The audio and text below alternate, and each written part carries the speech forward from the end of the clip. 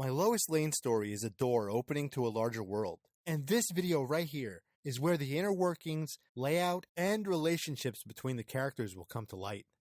Possibly some story elements as well. I really hope you enjoy it. As you may know, and for those who don't, our story began in the bullpen of the Daily Planet, so I can't think of a better place to start. Metropolis. The city on the edge of Kansas is one of the largest and most well-known cities in these United States. Renowned for its Art Deco architecture, the immaculate cleanliness of its city streets, and its public transportation system that reaches every inch of all 6 boroughs.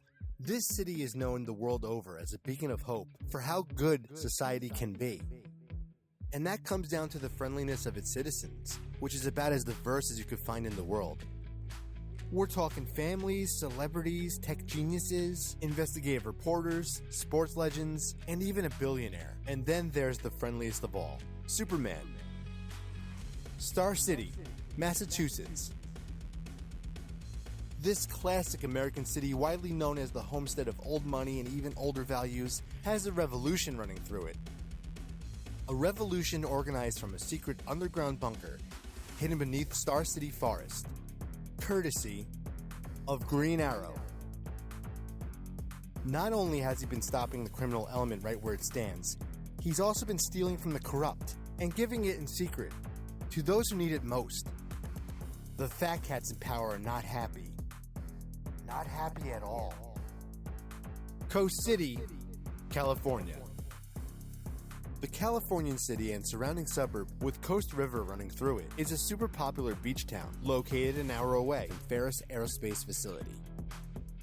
The people of Coast City work hard and play just as hard. They have this great outlook on life, that it's always shining even if the sun isn't on the Pacific coast. But believe me, nothing shines brighter in Coast City than its champion, the Green Lantern. At least when he actually shows up for work, Green Lantern seems to have trouble committing as the city's defender. One day he's there saving the city from certain doom, and the next he's not. Sometimes he's gone for weeks at a time, which keeps him somewhat at odds with the local authorities.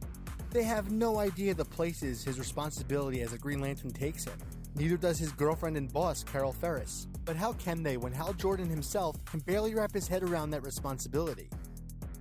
It has been said in jest that Central City, Indiana, and Keystone, Michigan would be one big city, if not for that damn river that separates the two. Between the electrical engineering industry of Central and the auto industry of Keystone, the blue-collar citizens of the Twin Cities share a real sense of pride and kinship. Their synergy can be found in times of crisis, times of fortune, and always in the airwaves, as there's this tiny island radio station in the middle of St. Joseph River. It broadcasts not only the latest and greatest hits, but news reports from both sides. Let's listen in.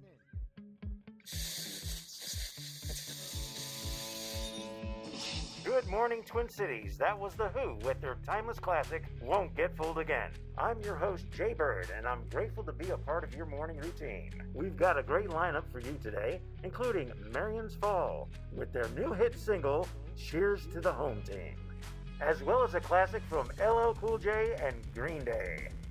Plus your chance to win 2 tickets to the Non-Compliance Show on the 14th at the Keystone Coliseum. Before we kick it into second gear this morning, it's time for a flashback news update. The offices of Mayor Simons and Mayor Wolf are pleased to announce they have come to an agreement with state officials for a revitalization of both Keystone's downtown and Central's uptown districts, including full building and traffic light makeovers, new shops, and new stops along the monorail system. With 2 new schools being confirmed, but the crowning jewel in all this news is the construction of a state-of-the-art museum dedicated to the hero of our Twin Cities, The Flash. Located right next to our studios on our sister island that used to house the old DMC prison. I can't say that I'm at all surprised that they're giving him a museum. He deserves it. Of all the public heroes, there's never been a dull moment for the Flash. It's just been threat after threat after threat. Despite that fact, the fastest man alive always serves the people of the Twin Cities with a smile. Ivytown, New Hampshire is America's smallest town with its biggest aspirations. as well as the most educational success stories. Ray Palmer pulls triple duty teaching at the local college, working at Ivytown Star Labs facility, as well as helping folks when he can as the Atom. His exploits may not be many at the moment, but they are enough to make him a big deal in that little town. Palmer has been working for the last few months at Star Labs with Karen Beecher. Together, they've been trying to find a way to adapt his white dwarf technology to be used safely in medical procedures. As nothing solid has come to fruition, he has taken a couple weeks off to marry and honeymoon with his great love, local lawyer Jean Loring. Home to Hawkman, as well as the Doom Patrol, Midway City, Michigan, has some of the finest museums and culture you'll ever see. And on the opposite side of that coin, an exciting nightclub scene, which keeps the city relevant in the eyes of young Americans. Most criminals have gotten the hell out of Dodge since that flying tank known as Hawkman burst upon the scene, while the strongest, most daring have stayed behind unfazed. I feel really bad for them. Freeland, Georgia. If you were to ask me which hero has it the roughest, my answer may surprise you. You'd probably expect me to say something like, "Oh yeah, it's a super popular one. The one with the butler. And the friend in the GCPD." In this world, hard times breed better men. And there is a hero without either of those things. No gadgets, and no real training. And yet, he keeps going. What Black Lightning does have is essential to being a hero, a belief that his community deserves better, along with principles and values he knows are worth fighting for. And a few thousand volts of electricity at his disposal, but that's neither here nor there. Electrical powers, well, they're meaningless in a city that is plagued with social tension caused directly from within its own police force. Not to mention the machinations of Tobias Whale's 100 gang. Without much mainstream media coverage or even help from the state, it's a frustrating experience you wouldn't wish on your worst enemy. And he doesn't, nor does he complain. And he never stops trying to make his city a better place for everyone. Washington, D.C. is supposed to inspire hope in this great country. However, the average person on the street would say that due to all the cutthroat politics, it's no place for an honest man, let alone an honest woman. Which made it the absolute perfect place for Diana Prince to keep her invisible jet parked. New York, New York. The crime-ridden city that never sleeps provokes a certain state of mind in its citizens.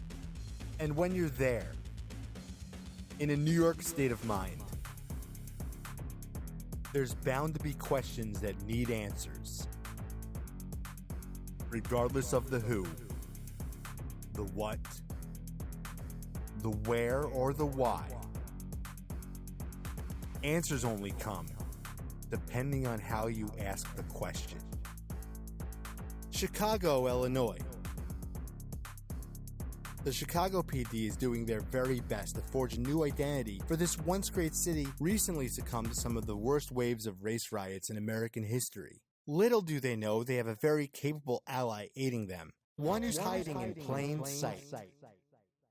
As it offered superior space and security when compared to offices in Washington, D.C., Langley, Virginia, was chosen to be the headquarters of one of the most vital government agencies ever, the CBI, which is responsible for collecting, evaluating, and sharing information to protect the country from threats and advance national security. Many agents have worked in their service, including quite a few metahumans. Fawcett City, Pennsylvania. It is said that the city of brotherly love's motto rings true to those who need it most. Help is here. Ironically, help has been needed more in the last 2 years than ever in the city's history. Help from threats that have come in the form of costume madmen. The kind that look like they'd fit perfectly in an old kid's cartoon or comic strip. Thank goodness the Shazam family call Fawcett City their home. These young hip heroes known for their heroics together, as well as individually, have done so much good in the last 2 years and show no signs of slowing down. Beverly Hills, California. It took some pretty big balls to choose a city like Beverly Hills, a city that has seen such better days, to be the home of a nanotech company. So many had written that town off, even to think it could work was a gamble. Luckily for the city's citizens, if there's anything Mr. Terrific has, it's balls. talking about T-Spheres. It was a brilliant PR move. As well as third in a long list of remarkable ideas the world's third smartest man has had for bettering the world around him. He has a great relationship with the Beverly Hills PD and has equipped them with T-Spheres of their very own, which has really helped keep the city safe while Mr. Terrific goes away on business from time to time. Palmyra City, Texas. As soon as he could, he went out there. Among the deserts, forests, prairies, plains, mountains, swamps, and sandy beaches, Ted Cord went out there. And he dared to fundamentally change the way the company he inherited from his late father did business. Being the most highly regarded and sought-after national security weapons manufacturer did little for his ego. So he shifted the gears of the company to make honest-to-goodness everyday inventions to help all of mankind. His company is doing well, although not as well as some of the investors would have hoped. Meanwhile, back in Metropolis, Lex Luthor is super happy about it. He scooped up all the weapons contracts Cord walked away from. Gotham City, New Jersey, has not been the same since a billionaire couple died in Crime Alley 25 years ago. In spite of all the corruption, crime, and poverty they have seen, all is not lost for the city of struggling saints. Crime is shown to be in steady decline over the last handful of years, thanks to a certain urban legend. Recently, some have put their faith in what they feel is a more tangible hope. This idea that there's a bright future on the horizon, as long as Lincoln March is elected mayor.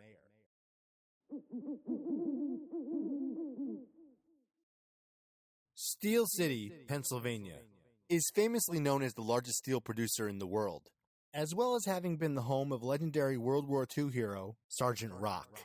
These days, Steel City is home to a hip new metahuman called Firestorm.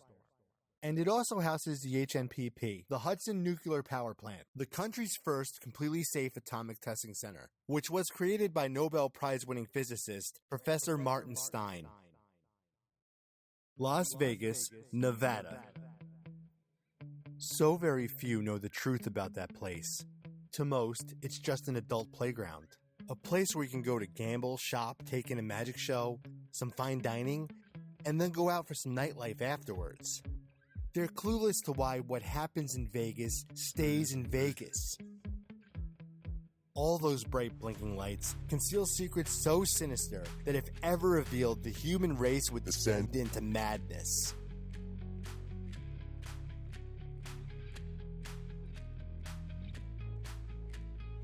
Thanks to Zatanna and a few of her friends, it hasn't. At least as of this recording. And there you have it, a map to the DC Film Showcase. I hope it's given you a strong sense and understanding of the world that Lois Lane and Mel Duncan will be traversing in their quest to find Karen Beecher. I hope it's made you excited to see what happens to these characters in these places within this story. But be warned, not all places on this map will become a destination, and the final destination isn't even on this map. As I look to the journey ahead, I want to thank you for coming along this far. Until next time, take care, read comics, watch movies, write your own stories.